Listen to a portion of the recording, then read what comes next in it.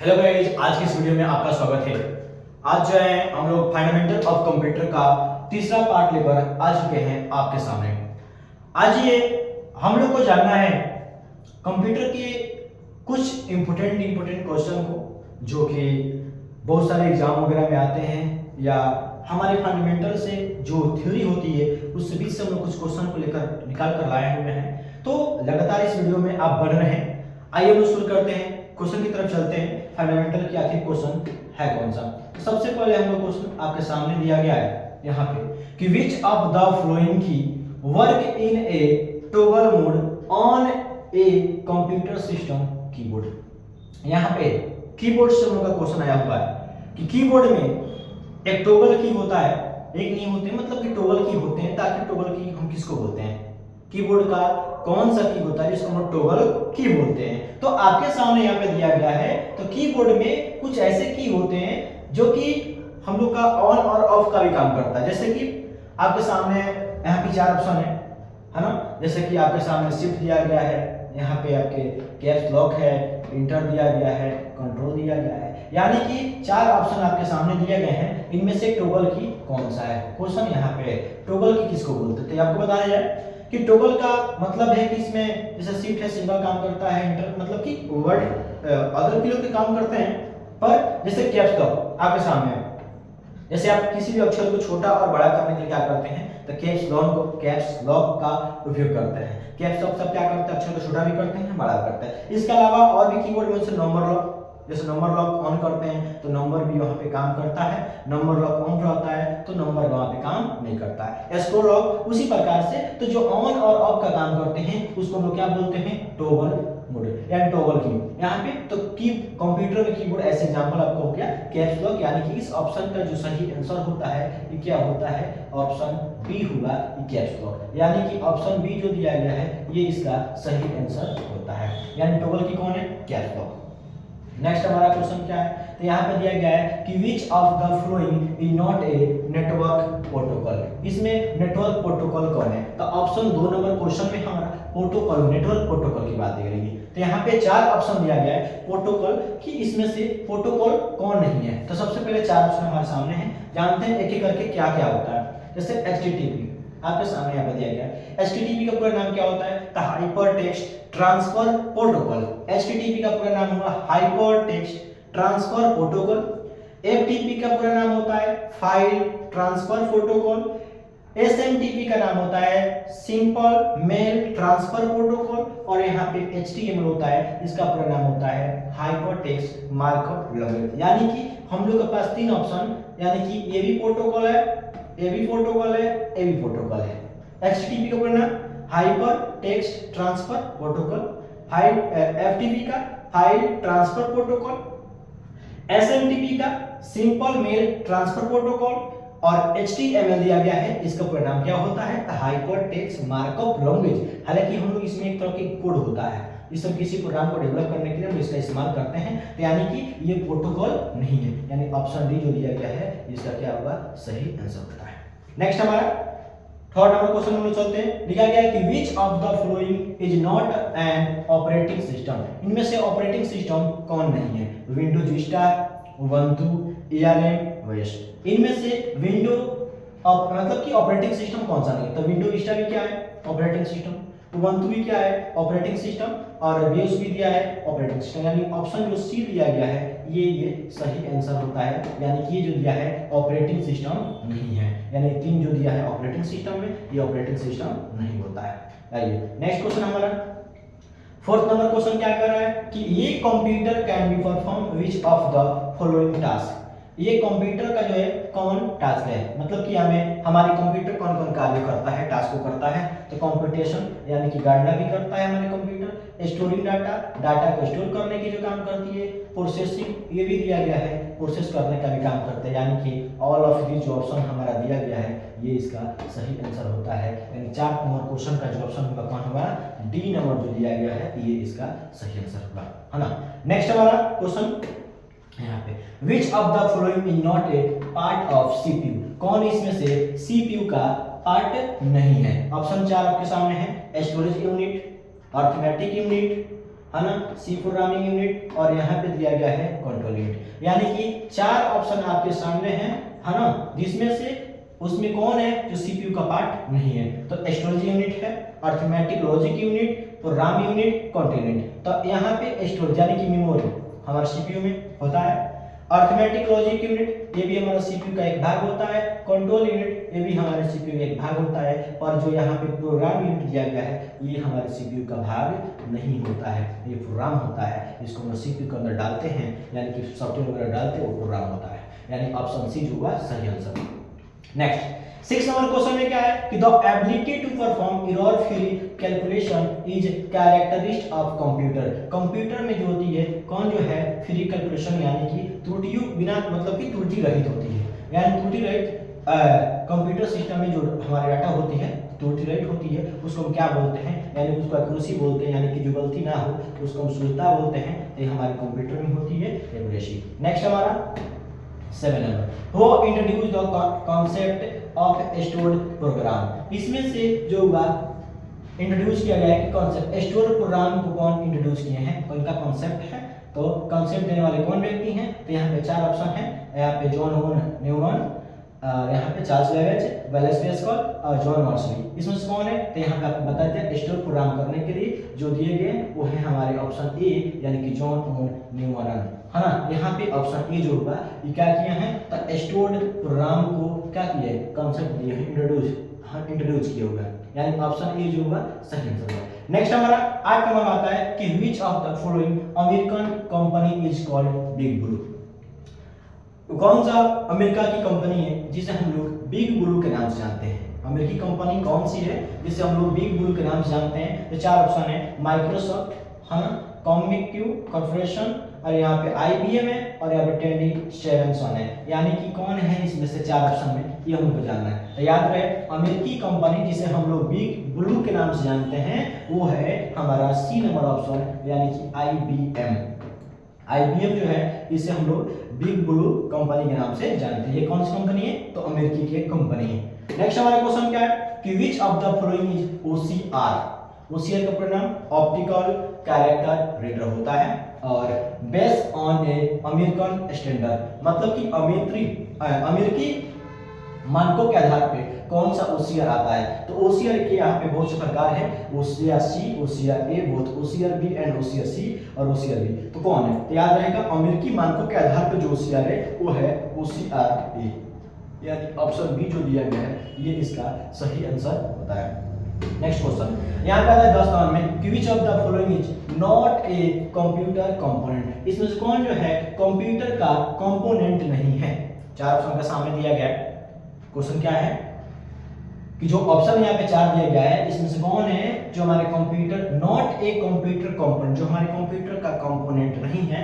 तो कंपोनेंट तो LU भी है, CPU भी है, मेमोरी है, लेकिन जो पेपर दिया गया है ये हमारे कंप्यूटर का पार्ट नहीं है, कंपोनेंट नहीं है। ऑप्शन डी जो होगा पेपर, ये सही आंसर होता है। नेक्स्ट क्वेश्चन यहाँ पे 11 नंबर में है कि which company developed the quiz time format. कौन सी कंपनी है जो क्विज टाइम फॉर्मेट को मतलब कि लॉन्च की डेवलप की। तो आपके पास 4 ऑप्शन यहाँ पे दिया गया है, एक माइक्रोसॉफ्ट कंपनी, एप्पल कंपनी, सन माइक्रोसिस्टम और यहाँ पे IBM, है ना। यहाँ पे 4 ऑप्शन है, माइक्रोसॉफ्ट, एप्पल, सन माइक्रोसिस्टम, IBM। यहाँ पे 4 ऑप्शन आपके सामने हैं जो कौन सी कंपनी है जो क्विज टाइम फॉर्मेट को डेवलप की है, विकसित की है। तो आपको बता जाए यहाँ पे एप्पल कंपनी जो है ये ही है जो कंपनी है जो क्विज टाइम फॉर्मेट को डेवलप किया है, यानी ऑप्शन बी। नेक्स्ट क्वेश्चन हमारा आइए यहाँ पे कि what is the computer technology that perform more than one task at A time called. Question क्या है समझेंगे कि कंप्यूटर की technology that perform the more than one task, एक से अधिक, मोर देन वन टास्क, एक से अधिक कार्य करता हो कितने समय में, एक समय में, उसे हम क्या कहते हैं। हालांकि आप लोग पढ़े होंगे सिंगल यूजर मल्टीटास्किंग SUMT यानी ऑपरेटिंग सिस्टम, जिसमें हम लोग SUMT पढ़े होंगे, एक SUST होता है और एक MUMT होता है।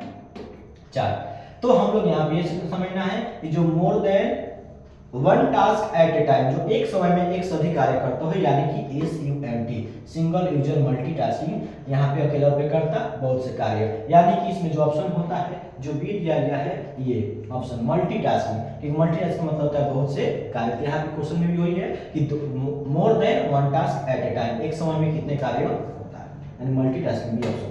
नेक्स्ट हमारा आता है information on computer is stored in the form. यहाँ पे कार्य कि कंप्यूटर पे जो सूचनाएं होती है, कंप्यूटर पे जो सूचना होती है उस सूचना को स्टोर इन द फॉर्म, यानी कि स्टोर करते हो किस रूप में।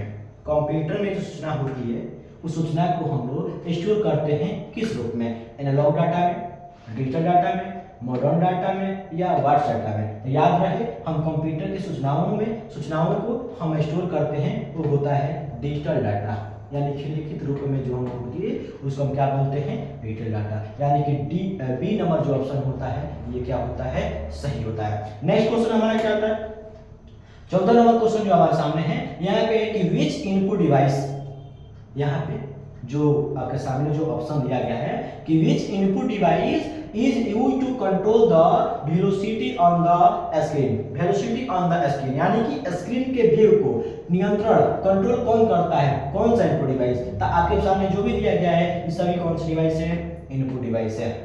यहाँ पे all of this track ball, ये भी एक माउस होता है, पॉइंटिंग डिवाइस की तरह कार्य करता है ना, और एक माउस होता है, ये भी इनपुट डिवाइस है। जॉयस्टिक है, ये भी इनपुट डिवाइस। आप भी जानते हैं जॉयस्टिक क्या होती है, तो कंप्यूटर सिस्टम पे हम लोग गेम वगैरह खेलने के लिए हम जॉयस्टिक का प्रयोग करते हैं।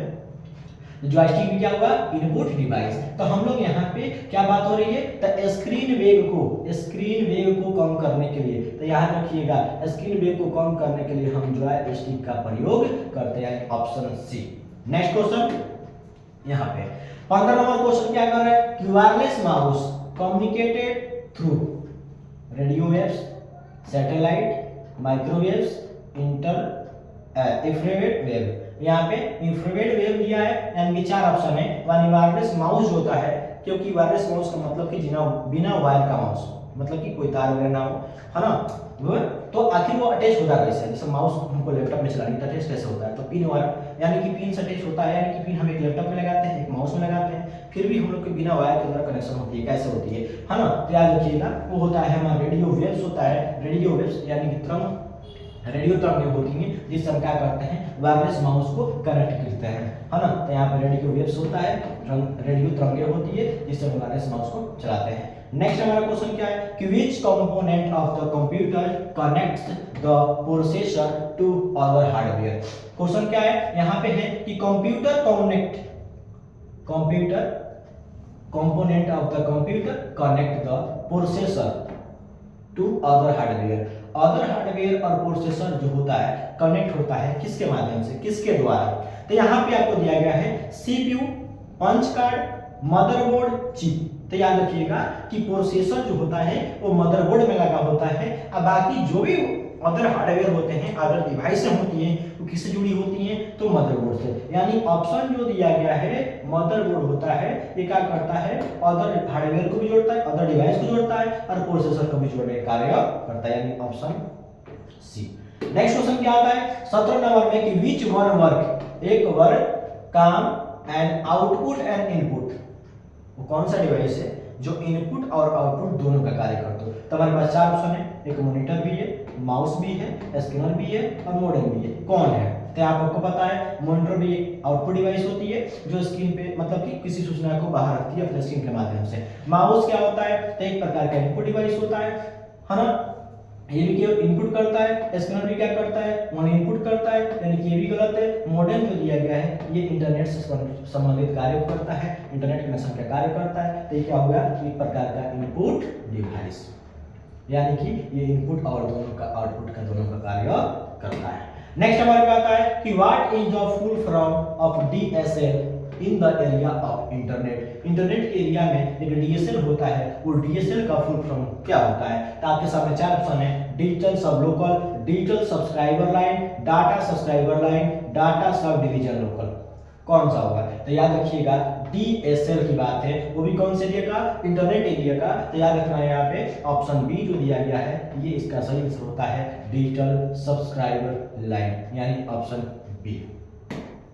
नेक्स्ट क्वेश्चन आपके सामने आ चुका है। यहाँ पे क्वेश्चन क्या है कि what is the full name of OSI. OSI का फुल फॉर्म क्या है?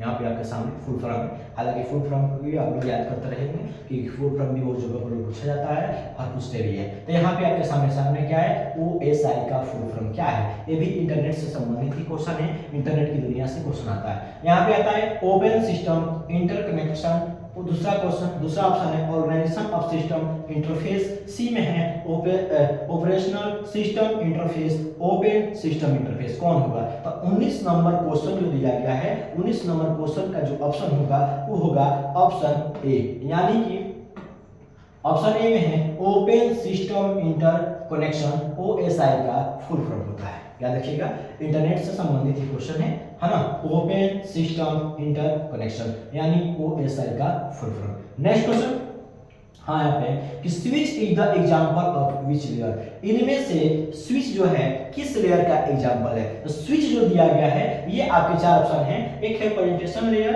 Data link layer, network layer, physical layer. तो आपके पास चार ऑप्शन दिया गया है। तो स्विच जो है ये हमारे डाटा लिंक लेयर का एग्जांपल दिया हुआ है। किसका? डाटा लिंक लेयर का एग्जांपल दिया हुआ है। तो याद रहे 20 नंबर क्वेश्चन का ऑप्शन जो होता है क्या होता है? B number, data link layer. Next question हमारे पास 21 नंबर क्वेश्चन क्या कर रहा है, इस पढ़ेंगे इसको कि what is the meaning of L in URL. URL क्या होता है? यूआरएल किसको बोलते हैं?